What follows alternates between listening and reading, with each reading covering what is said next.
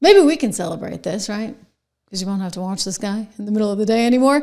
Oh, Jim Acosta getting sent off to Siberia, as they like to say. I believe that was the headline in the New York Post, as well as the Daily Mail. Here we go. Take a look. CNN moves to banish Jim Acosta to the Siberia of television news in advance of Trump's return to office. Ha ha! Okay, so is this really about Donald Trump and Jim Acosta, or is this really about CNN just not knowing what to do with some people that they have that maybe they wish they didn't have right about now? That would be the case, I reckon, shall we say, because they're paying all these big salaries and they don't quite know what to do with them, and it's somewhat problematic, shall we say. Somewhat problematic because they've got this stable of personalities that they have to put somewhere, and they know that actually nobody really wants to watch them. Jim is one of those such people. Although, according to one newsletter, his ratings weren't all that terrible. Oh, they're going to be pretty bad at midnight. Anyway, I don't know how they're going to sell this to him. Maybe they're like, oh, hey, it'll all be fine. It'll all be fine because guess what? You are going to be seen at 9 o'clock on the West Coast. Hey, it's prime time on the West Coast. There you go. That's how you sell it. Anyway, the boss over there, who's a print guy and doesn't, in my estimation, know what he's doing. They never hire anybody decent over there. He doesn't know what he's doing, and he's flailing around trying to figure out how they're going to get any kind of ratings there, and they just can't, because you see, it's CNN.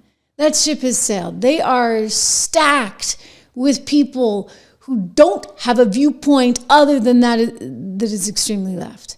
So there is no diversity in the newsroom other than one Scott Jennings who just gets beat up upon every single night. I think he does a heck of a job. They should pay him the big bucks for having to sit there and listen to all those Looney Tunes. Well, this management team is trying to figure out how they cut costs, how they reshuffle the deck, and how they don't really, really tick off the now soon-to-be president of the United States of America.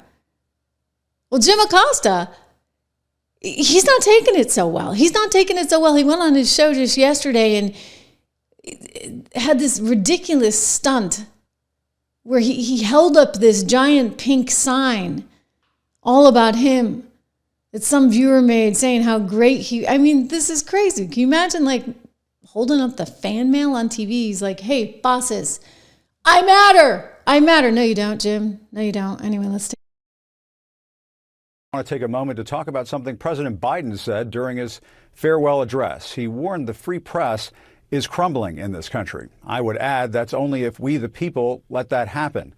Journalists exist to seek the truth, to tell people's stories, to lift up voices that may not be heard otherwise, to shine a light on injustice, and to hold the powerful accountable. We are not the enemy of the people. We are the defenders of the people. Walter Cronkite once said, freedom of the press is not just important to democracy, it is democracy. I want to take a moment to show you something. A woman sent me this sign 8 years ago. She carried it here at a march in Washington. She wrote on the back of the sign, to me and the press here in D.C., you have our support. To Nora, wherever you are, right back at you. Reporting from Washington, I'm Jim Acosta. Okay. Oh, if it makes you feel better, Jim, Nora, she's all India. The bosses aren't. The president can't stand you.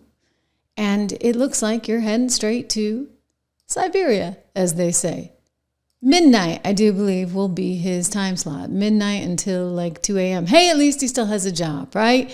You see, that's how cheap they are. They don't want to just pay him out. They're going to make him work for it somehow, some way. This guy who took over, he came from the New York Times. So that's problem number one. Well, problem number one is he's a print guy, right? They're taking a print guy, they're trying to put him in a newsroom. Print guys, let me just tell you from my experience, they tend to be kind of drab and they don't really have any personality, or maybe they have personality, but they don't want you to have any personality on the air. And you know what? This is a medium where you kind of need some personality, don't you think? I mean, are you going to tune into me if I'm just going to sit here and read boring, monotone stuff? No. Well, somehow they think that boring monotone is going to work, and so they're putting in a couple of prompter readers. One would be Wolf Blitzer, and then the other is this Pamela Brown, who, wow, I mean, I don't mean to be unkind and I don't mean to be catty, but you know what? I do have a certain kind of respect for my profession, and you need to be able to talk off script at times. And I did see her during the whole ordeal with the New Orleans horrible situation with the bombing, and she could not speak without a teleprompter. So that is going to be a recipe for disaster. But who am I to tell them? You know what? I don't need to do this Thompson guy's job for him. He clearly doesn't know what the heck he's doing. He needs pizzazz. He needs personality. He needs, well, I don't know, Scott Jennings. Put Scott Jennings on more all day long. I'd be running him from 8 a.m. to 8 p.m. and then again. But, you know, there's a reason they're in last place, shall we say. Hey, reminder, market's doing great today. Go check out 76 Research. This is my company that I started with a very dear friend who's a brilliant stock picker. He's been on Wall Street for some 20 years, running billions of dollars. And guess what? Our portfolio is killing it. I want you to have a chance at doing well for yourself. We got 3 portfolios there. You can get the 76 Research newsletter with code word dollar, just $1 a month, DOLLAR. For the first 2 months, it goes to $9.95 thereafter. But you know, if you get the model portfolio, that's where your real value is going to be. You should get all the model portfolios. Just join the Founders Club, and you can get all of our stock picks, 10 to 15 in each one of those.